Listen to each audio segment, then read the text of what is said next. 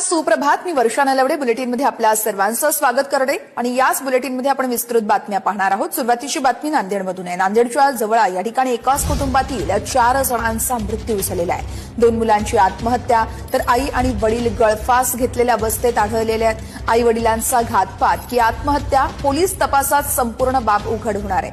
नांदेडच्या मुदखेड तालुक्यातील जवळा लखे या कुटुंबातील दुर्दैवी ही घटना मानली जाते.